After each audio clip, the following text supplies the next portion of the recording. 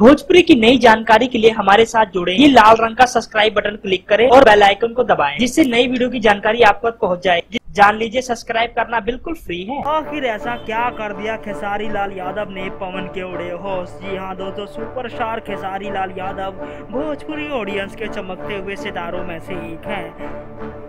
उनकी एक झलक पाने के लिए पूरा भोजपुरी इंडस्ट्री बेकरार रहता है। इस बीच दोस्तों खबर आ रही है, दिनेश लाल यादव की फिल्म निरहुआ हिंदुस्तानी 2 की सफलता के बाद काफी मिठास आ गई है खेसारी और पवन के बीच।